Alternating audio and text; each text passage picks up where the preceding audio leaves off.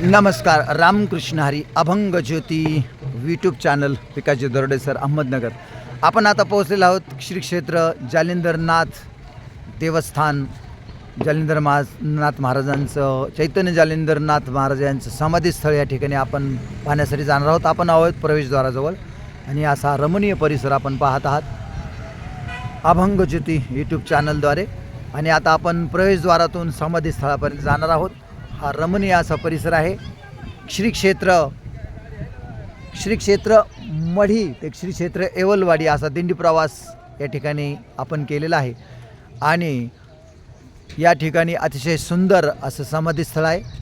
श्री क्षेत्र येवलवाडी, तालुका शिरूर, जिल्हा बीड या ठिकाणी पोहोचलो आहोत. तर आपण आता पाहणार आहोत.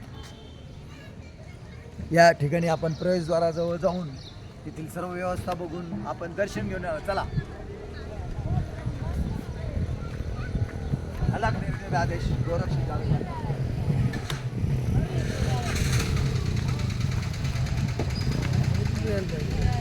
या ठिकाणी आता पाणी आहे की भक्तांचे हातपाय आपोआप धुवून प्रवेशद्वारातून आपण आत्मदर्शनासाठी जातो. चला बाबा.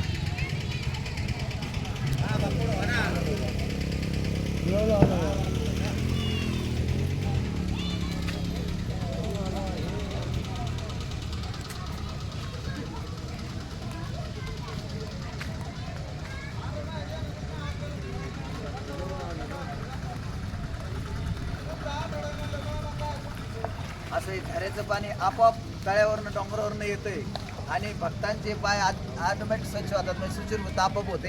सुंदर असं पाणी बघताय आपण. इकडून डोंगरातनं तलावावरनं येतोय आहे.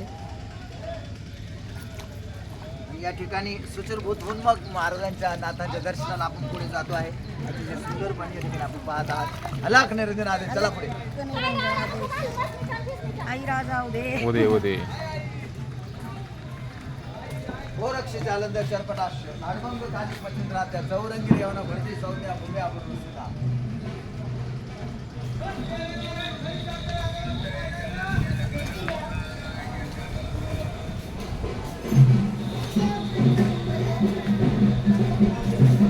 गोरक्ष जालंधर चरपटाश नाडबंग कानी पचिंद्राच्या चौरंगी रेवना भरती सौम्या भूम्या आपण सुद्धा.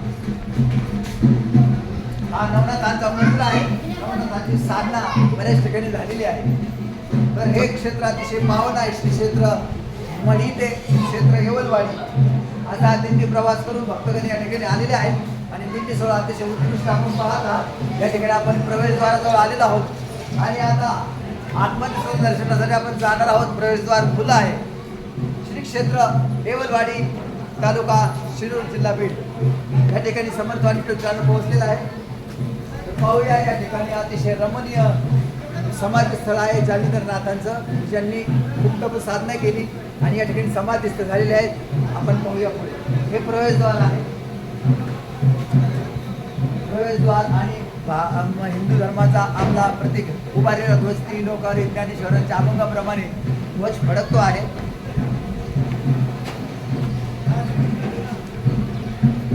आणि आता आपण पाहत आहात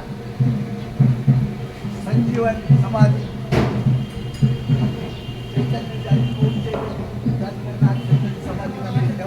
आता आपण प्रवेशद्वारातून जाणार आहोत. सुंदर असं प्रवेशद्वार आहे.